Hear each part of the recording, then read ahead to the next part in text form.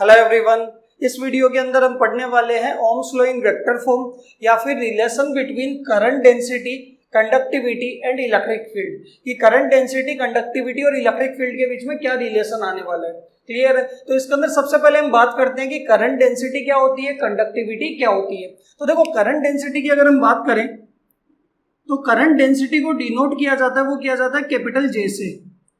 ठीक है, और ये होने वाली क्या है, तो हमें नॉर्मल डेंसिटी के बारे में पता है कि डेंसिटी क्या होती है। नॉर्मल डेंसिटी होती है कि पर यूनिट वॉल्यूम में कितना मास स्टोर हो रहा है।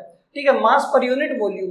बट यहाँ पे करंट डेंसिटी क्या होगी, तो एक चीज ध्यान रखना, करंट हमेशा एरिया के अंदर फ्लो करता है। ठीक है, तो करंट डेंसिटी क्या होने वाली है, पर यूनिट एरिया के अंदर कितना करंट फ्लो कर रहा है, यानी करंट पर यूनिट एरिया।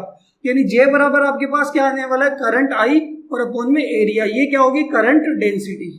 और ये करंट डेंसिटी कैसी क्वांटिटी होती है, ये वेक्टर क्वांटिटी होती है। क्लियर है? तो J equals to I by A. अगर मैं इसकी एसआई यूनिट की बात करूं तो इसकी एसआई यूनिट आएगी एम्पियर और एरिया की मीटर स्क्वायर, यानी एम्पियर पर मीटर स्क्वायर। ये हमारे पास क्या है, करंट डेंसिटी J। अब हम बात करते हैं कंडक्टिविटी। तो देखो, कंडक्टिविटी क्या होती है, कंडक्टिविटी रेसिप्रोकल होती है किसकी, रजिस्टिविटी की। यानी सिग्मा बराबर कितना होता है, 1/रो। ठीक है, और इसकी ऐसा यूनिट क्या होगी, तो रो की यूनिट होती है ओम इंटू मीटर। तो इसकी यूनिट क्या होने वाली है, वो हो जाएगी ohm inverse metre inverse. Clear है कि रो की होती है ओम इंटू मीटर, तो 1 अपॉन ओम इंटू मीटर क्या हो जाएगा, ohm inverse metre inverse. Clear है यहाँ तक? ठीक है, अगर हम इसके अंदर बात करें कि हमें रजिस्टिविटी का फॉर्मूला पता है, लास्ट डेरिवेशन के अंदर हमने किया था, और वो आया था M upon N E square tau. Clear? तो यहाँ पे हमें रजिस्टिविटी का फॉर्मूला पता है, तो कंडक्टिविटी क्या होने वाली है, 1/रो, यानी इसका रेसिप्रोकल, और वो कितना आएगा, N E square tau by M. ये हमारे पास कंडक्टिविटी आ जाएगी। बताओ, क्लियर है यहाँ तक? अब हम रिलेशन की बात करते हैं, करंट डेंसिटी, कंडक्टिविटी और इलेक्ट्रिक फील्ड में क्या रिलेशन होने वाला है। तो देखो, हम रिलेशन निकालेंगे कैसे, तो हमें एक तो करंट डेंसिटी चाहिए, और करंट डेंसिटी क्या होती है, करंट अपॉन एरिया, और एक चाहिए इलेक्ट्रिक फील्ड और conductivity.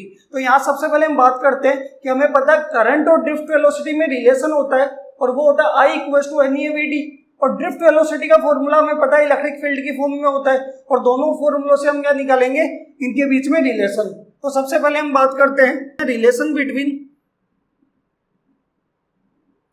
Current and drift velocity.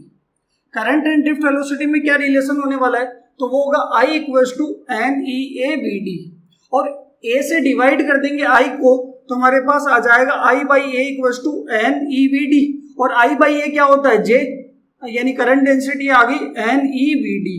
ये हमारे पास इक्वेशन नंबर 1। क्लियर? और हमें ड्रिफ्ट वेलोसिटी का फॉर्मूला पता है, इलेक्ट्रिक फील्ड की फॉर्म में क्या होता है, वी नो दैट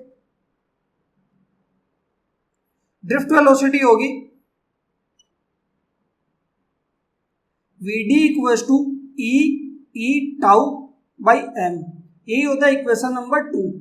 और इक्वेशन 2 को कहां पुट कर देंगे, 1 के अंदर Vd की वैल्यू पुट कर देते हैं। तो पुट इक्वेशन 2 इन इक्वेशन 1, और इक्वेशन 2 को 1 में पुट करेंगे तो हमारे पास देखो J इक्वल्स टू क्या आने वाला है, एन ई, तो ऐसा का ऐसा, और Vd की जगह क्या पुट करेंगे, ई टाउ बाई एम। और यहाँ पे आप लिख सकते हो J equals to N E square, E into E square tau by M into capital ई।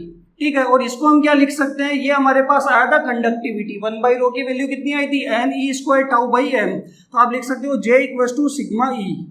और यहाँ पे ये इलेक्ट्रिक फील्ड वेक्टर फॉर्म में होता है, और करंट डेंसिटी भी वेक्टर फॉर्म में होती है। तो ये आपके पास एक्सप्रेशन आया, रिलेशन आया, करंट डेंसिटी, कंडक्टिविटी और इलेक्ट्रिक फील्ड की फॉर्म में, और इसी को हम क्या बोलते हैं, ohm's law in vector form. तो बताओ, क्लियर है यहाँ तक, J equals to sigma E.